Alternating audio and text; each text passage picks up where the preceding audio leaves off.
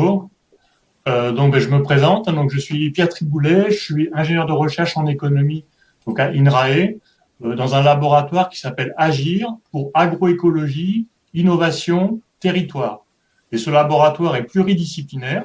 Il y a des équipes en sciences de la vie, en agronomie, écologie, mais aussi en sciences humaines et sociales, en économie, en géographie, sociologie. Voilà. Et moi, mes travaux, ils s'intéressent au processus d'innovation, donc toutes les formes d'innovation, et de gouvernance, donc comment on pilote les filières agroalimentaires, c'est-à-dire depuis l'agriculteur jusqu'à la distribution, l'ensemble des maillons, y compris donc la transformation, et ça prend aussi en compte les acteurs qui vont accompagner et qui vont orienter les filières. Et ce que je cherche à comprendre, moi, c'est quelles sont les conditions qui vont permettre aux innovations et aux modes de gouvernance de favoriser une transition, un mouvement vers des systèmes agricoles plus durables. Voilà, donc je vous remercie pour les questions très pertinentes auxquelles je vais essayer de répondre, et notamment en m'appuyant sur l'agriculture biologique qui revient très souvent dans vos questions. Donc la première question, c'est quels sont les freins au changement des pratiques par les agriculteurs et les consommateurs? Et donc là, comme je vous l'expliquais, je vais m'appuyer sur l'exemple de passer d'une production conventionnelle, ce qu'on appelle, on parle d'agriculture conventionnelle, une agriculture par opposition à l'agriculture biologique. Et je vais vous citer quelques exemples de freins, parce que bien sûr, il y en a d'autres. Je vais vous citer 3 freins, et je vais commencer par vous parler du frein économique. Alors, pour les agriculteurs, ce frein économique, ça peut être, je vais moins bien gagner ma vie. Alors, en fait, ce n'est plus vraiment un frein, notamment dans les régions du sud de la France, à cause du différentiel de rendement, car le différentiel de rendement, on produit moins en AB par rapport à l'agriculture conventionnelle, est compensé par le différentiel de prix. La production agriculture biologique va être achetée plus cher. Et en plus, il y a des aides pour la conversion à l'agriculture biologique pendant 3 ans avec la politique agricole commune, mais aussi pour se maintenir ensuite en agriculture biologique. Alors là, c'est pas systématique, mais par exemple, la région Occitanie soutient le maintien en agriculture biologique. Alors pour les consommateurs, les produits AB coûtent souvent plus cher, mais aujourd'hui l'offre se diversifie et l'arrivée en force de la grande distribution, les supermarchés dans la distribution, génère une baisse des prix. Et là, ça s'explique par l'augmentation des volumes qui permet de baisser les coûts. Alors le deuxième type de frein, je vous l'ai cité, c'est les freins sur les connaissances.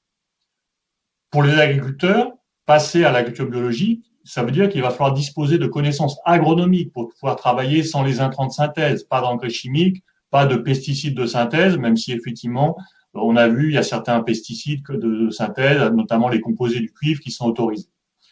Donc c'est plus compliqué que l'agriculture conventionnelle. Et il existe ce qu'on appelle des impasses techniques. C'est-à-dire que vous n'avez pas forcément de solution. Là, je vais prendre par exemple, vous savez qu'il y a par exemple tout un mouvement de travailler l'agriculture sans labourer le sol. Aujourd'hui, travailler sans labourer le sol et sans utiliser de pesticides, notamment le glyphosate, c'est compliqué. Donc, faire de l'agriculture biologique sans labour de sol, c'est compliqué. Tout ça peut faire que ça peut freiner les agriculteurs qui peuvent avoir peur de ne pas réussir à passer en agriculture biologique.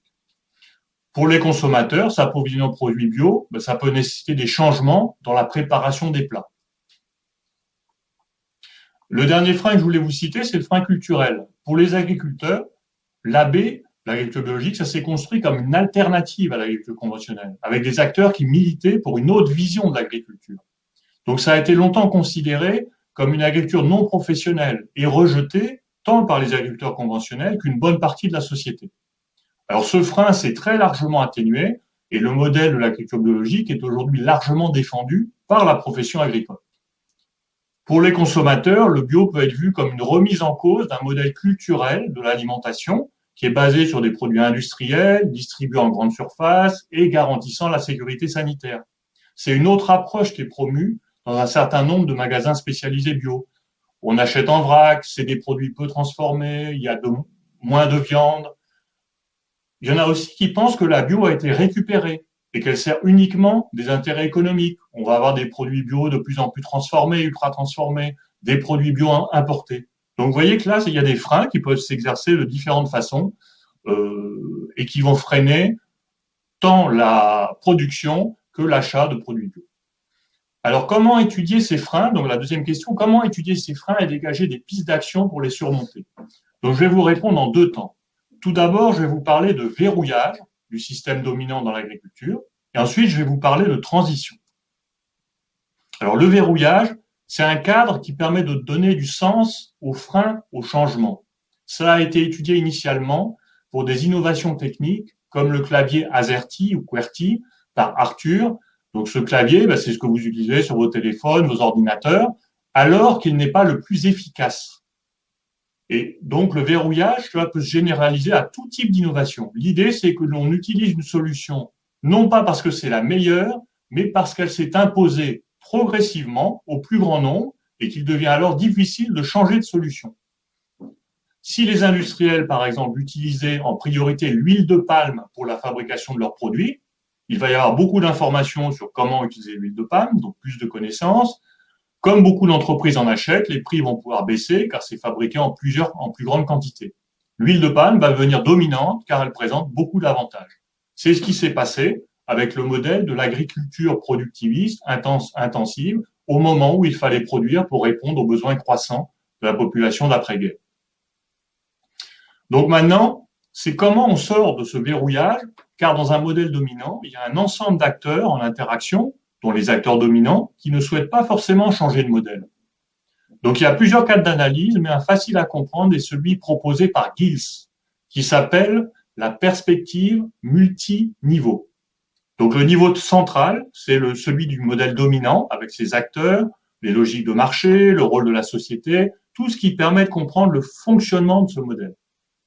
Et Giles dit que ce niveau est en interaction avec deux autres niveaux, un niveau plus large où s'observent des grands changements comme le changement climatique ou les évolutions démographiques et où se déterminent des politiques plus globales, et un niveau plus petit où des niches pour l'innovation peuvent apparaître. Ce sont des alternatives au modèle dominant où on va expérimenter de nouvelles solutions, comme par exemple l'agriculture biologique. Ce que dit la recherche, c'est qu'il faut protéger ces niches pour l'innovation pour qu'elles se développent et qu'éventuellement elles puissent ensuite se mélanger avec le régime dominant pour le faire évoluer. Donc des politiques publiques peuvent les soutenir, par exemple. Si je prends l'AB comme une niche, ce que propose la loi Egalim de 2019, je pense que vous devez connaître, c'est elle impose au moins 50% de produits durables et de qualité, dont au moins 20% de produits biologiques dans les repas servis en restauration collective d'ici le 1er janvier 2022. Donc ça concerne les cantines scolaires. Ça peut être vu comme un soutien pour développer la niche de l'agriculture biologique. Des changements globaux peuvent aussi les soutenir, et par exemple la baisse de la consommation de viande, adossée notamment au végétarisme dans les pays occidentaux, constitue également une opportunité pour développer ces niches innovantes, alors que le modèle dominant peut chercher à ignorer ces changements ou à s'opposer à ces changements. Donc votre dernière question, je vais être rapide, c'est comment évaluer les effets des changements. C'est compliqué. De quels changements parle-t-on, de quels effets aussi, il ne faut pas oublier quels sont les moteurs de ces changements. Si je prends l'exemple de ce qui est fait dans l'évaluation des politiques publiques, quel va être l'effet d'une politique publique, comme par exemple la loi Egalim sur l'agriculture biologique dans les cantines scolaires, il faut pour cela avoir la situation au départ, avoir la situation à la fin et pouvoir apprécier dans quelle mesure c'est cette loi qui explique les changements observés. Et il faudrait donc observer cela une fois que la loi Egalim ne sera plus obligatoire.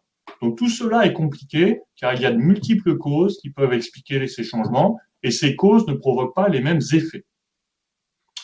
Alors je voulais aussi vous dire, il faut souligner que des acteurs, des personnes, des entreprises peuvent changer une pratique pour ne pas en changer une autre. Par exemple, quelqu'un qui fume, si le prix du tabac augmente, il ne va pas forcément diminuer sa consommation, mais il va par contre aller s'approvisionner au marché noir. Voilà, pour conclure, je dirais que l'AB aujourd'hui est arrivée à un stade où on ne peut plus parler de niche. Elle est maintenant clairement installée dans le paysage en France, avec des perspectives de développement, tant côté de la production, avec les agriculteurs et les filières, que du côté de la consommation. Donc il faut maintenant s'intéresser à comment elle coexiste avec les autres formes d'agriculture, donc l'agriculture conventionnelle, mais aussi les autres certifications qui se développent, comme par exemple la haute valeur environnementale. Voilà, je vous remercie.